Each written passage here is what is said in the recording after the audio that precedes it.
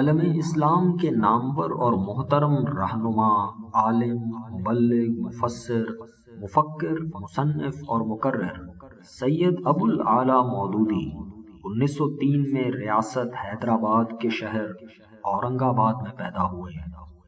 انہوں نے جماعت اسلامی کی بنیاد رکھی اور معروف تفسیر تفہیم القرآن کے علاوہ بہت سے موضوعات پر درجنوں کتابیں لکھی، جن کے دنیا کی مختلف زبانوں میں تراجم ہوئے۔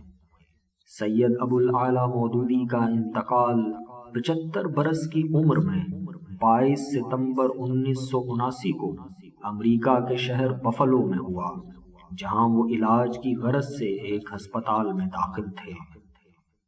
ان کی قبر پاکستان کے شہر لاہور میں ہے، جہاں ان کو اچھرا میں واقع ان کے گھر کے دالان میں دفن کیا گیا تھا۔ اللہ تعالیٰ سید ابو الاعلیٰ مودودی کی مغفرت فرمائے۔